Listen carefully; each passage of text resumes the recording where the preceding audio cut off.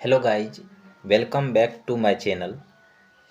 अम्ल, क्षार एवं अभिक्रिया पढ़ने के बाद अब हम पीएच स्केल के बारे में पढ़ेंगे। तो चलिए स्टार्ट करते हैं। सबसे पहले यह जानते हैं कि पीएच स्केल क्या है।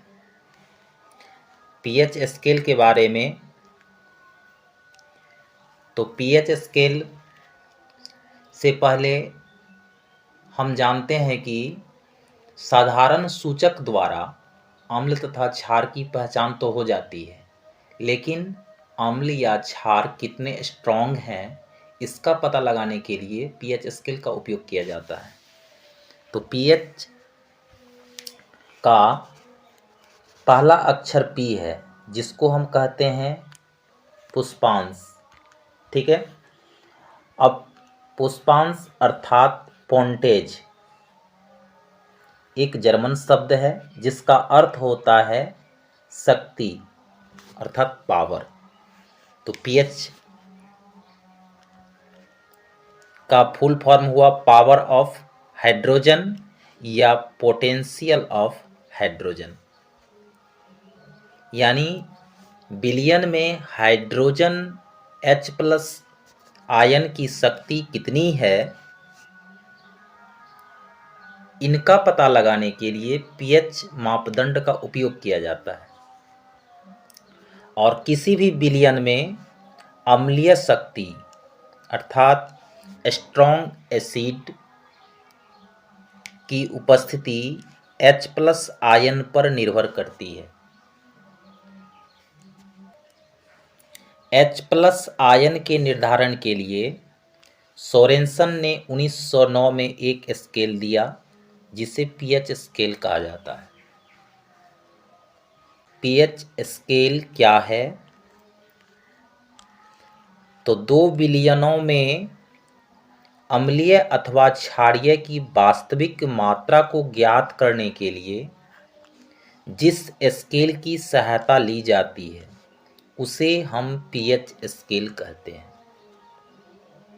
या इनको इस प्रकार से हम परिभाषित कर सकते हैं, किसी बिलियन के H+ आयन की सांद्रता के ऋणात्मक लॉग को पीएच कहते हैं। अर्थात पीएच बराबर होता है -log H+ या log 1/H+, 1/H+ भी लिख सकते हैं। तो पीएच स्केल क्या है? तो 2 बिलियनों में अम्लीय अथवा क्षारीय की वास्तविक मात्रा को ज्ञात करने की जिस स्केल की सहायता ली जाती है उसे पीएच स्केल कहते हैं। या किसी बिलियन के H+ आयन की सांद्रता के ऋणात्मक लॉग को के बिलियन को पीएच कहते हैं। पीएच स्केल क्या है? अगर बिलियन का मान 7 होगा तो क्या होगा? उदासीन होगा। अगर बिलियन का मान 7 होगा तो क्या होगा? उदासीन होगा। जैसे शुद्ध जल का पीएच मान 7 होता है तो वह उदासीन होगा। अगर बिलियन का मान 7 से अधिक हो, 8 हो, 9 हो, 10 हो, 11 हो, 12 हो, 13 हो, 14 हो, तो वह क्या होगा? क्षारीय प्रकृति का होगा। क्या होगा? क्षारीय प्रकृति का होगा, अर्थात वह क्षारीय होगा।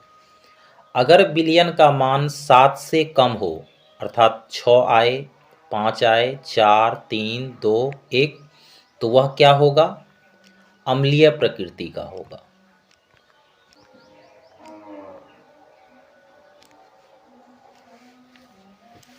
जब 7 से कम होगा पीएच मान तो वह अम्लीय प्रकृति का होगा। अर्थात 7 से कम कितना आया? 6, 5, 4, 3, 2, 1। ये जो पीएच स्केल है इसका परास जो होता है 0 से लेकर 14 तक होता है, अर्थात 0 to 14। यानी कि पीएच स्केल का जो परास होता है 0 से 14 तक होता है। और किसी विलयन में अगर pH मान 7 है तो क्या होगा? उदासीन होगा।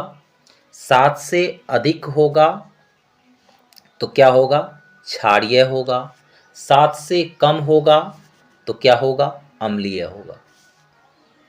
अब यहाँ पर यह देखना है कि H+ आयन, अब देखिए,